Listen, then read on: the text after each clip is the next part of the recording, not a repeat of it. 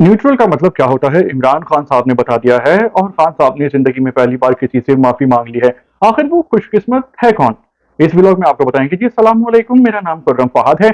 सबसे पहले बात करते हैं लफ्ज़ न्यूट्रल, उसके नए मतलब की। और खान साहब ने ये बताया है कि न्यूट्रल का मतलब जानवर नहीं होता, बल्कि गैर सियासी होता है। अब आप सोच रहे होंगे कि नया मतलब, तो क्या कोई पुराना मतलब भी था? जो पुराना मतलब था खान साहब के हवाले से, वो ये था कि इंसान कोई भी हो वो न्यूट्रल नहीं हो सकता, न्यूट्रल सिर्फ जानवर होता है। तो खान साहब की डिक्शनरी में न्यूट्रल के जो मानी हैं वो क्यों बदल गए हैं? क्या इसके पीछे कोई राज है? तो देखिए, जब खान साहब हुकूमत में थे और हुकूमत जा रही थी, तहरीक-ए-अदम एतमाद आ रही थी, तो खान साहब की ये ख्वाहिश थी कि जो उस वक्त के जो सिपाही सालार हैं, जनरल बाजवा साहब और जनरल आसिम मुनीर साहब, तो वो उस वक्त न्यूट्रल ना रहें, बल्कि वो खान साहब की हेल्प करें और उनकी हुकूमत को गिरने से रोकें। इसलिए खान साहब ने बयानिया बनाया था कि न्यूट्रल तो जानवर होता है और इंसान को न्यूट्रल नहीं होना चाहिए। लेकिन अब चूंकि खान साहब हुकूमत में नहीं है, जेल में हैं, और जो एस्टेब्लिशमेंट है हमारी मिलिट्री, उसकी जो नाराज़ी है वो पीटीआई के साथ है और तरफदारी जो है वो नून लीग की हुकूमत के साथ है। तो खान साहब ये चाहते हैं कि जो एस्टेब्लिशमेंट है वो न्यूट्रल हो जाए, ताकि वो अपनी सियासी पेशकदमी में इजाफा कर सकें और हुकूमत को उड़ा के रख दें। तो खान साहब ने एक यू टर्न लिया है, लेकिन यू टर्न बुरा नहीं होता। खान साहब के मुताबिक जो यू टर्न होता है वो इंसान को वक्त, हालात और मफाद को देखते हुए यू टर्न इंसान ले सकता है। और जंग, मोहब्बत और सियासत में तो कुछ भी जायज़ होता है। तो जो न्यूट्रल का जो नया मतलब है खान साहब के ज़ख़ीरा अल्फाज में, वो ये है कि न्यूट्रल गैर सियासी होता है। तो क्या आप इस मतलब से एग्री करते हैं? जो दूसरा पॉइंट है वो भी खान साहब के बारे में लाखों दिलों की धड़कन है। खान साहब, उन्होंने ज़िंदगी में पहली बार माफ़ी माँग ली है। आखिर किससे माफ़ी माँगी है और क्यों माफ़ी माँगी है? देखिए, नया तोशाखाना केस की अदालत में जो है वो समाअत चल रही थी।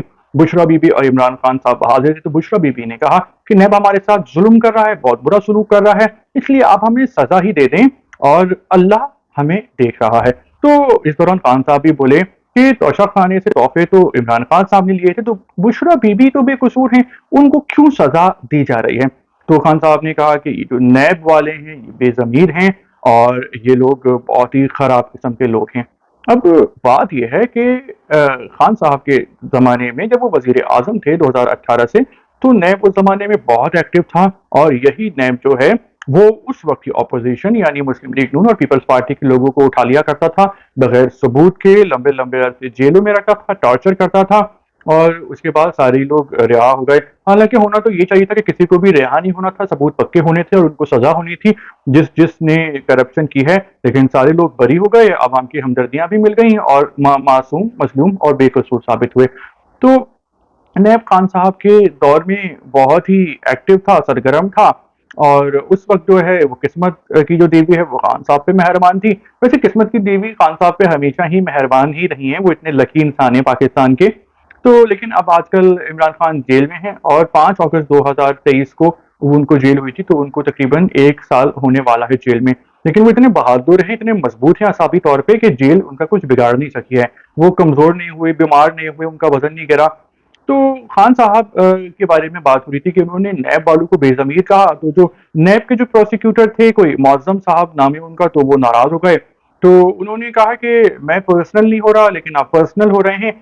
आपके पास जो तोहफ़े हैं, जो आपके पास सेट है, गिफ्ट सेट है, तो वो आप उसने आपने उसकी कीमत लगाई है ₹30,000, लेकिन अगर आप रावलपिंडी के राजा बाज़ार से ही अगर वो 30,000 का लोकल सेट लेके दिखा दें, तो मैं मान जाऊँगा। तो इतनी कम कीमत में तो लोकल पाकिस्तानी तोहफ़े नहीं मिलते और एमबीएस यानी मोहम्मद बिन सलमान सऊदी अरब के जो शहज़ादे हैं, जो अब बादशाही बन गए हैं, तो उनकी तरफ से इतना सस्ता तोहफ़ा आप कैसे आपको मिल सकता है और आप इतनी कम कीमत पर आपने खरीद लिया, तो ये जो है ये चीटिंग ही है। तो अदालत में गर्मा-गर्मी हो गई, जज ने कुछ देर के लिए वक़फ़ा ले लिया ताकि दोनों पार्टीज़ ठंडी हो जाएँ। खान साहब जब वापस आए रोस्टरम पे, तो उन्होंने नैब के प्रोसिक्यूटर को देखा और कहा कि वो माफ़ी चाहते हैं। उन्होंने कुछ ज़्यादा बोल दिया।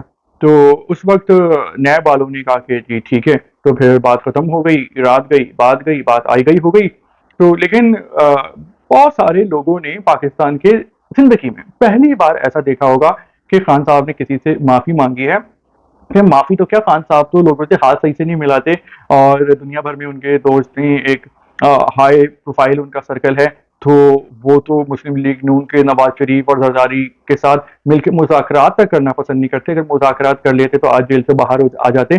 तो खान साहब ने माफ़ी माँग ली है, बड़ी बात है। वैसे खान साहब को थोड़ा ठंडा ही हो जाना चाहिए और ज़रा दरमियानी रास्ता निकालना चाहिए मुफ़ाहिमत का और जेल से बाहर आना चाहिए। इस तरह कब तक जो है वो जेल में बैठ के अपना बुढ़ापा, वैसे तो जवान है लेकिन एज तो 72 हो गई है, तो बुढ़ापा बर्बाद करते रहेंगे। जेल से बाहर आएँगे तो वज़ीर आज़म बनने का चांस भी मिलेगा। तो क्या आप इस बात से एग्री करते हैं? व्लॉग आपको कैसा लगा, आप बता सकते हैं और अगर व्लॉग आपने यहाँ तक देखा है तो आपका बहुत शुक्रिया।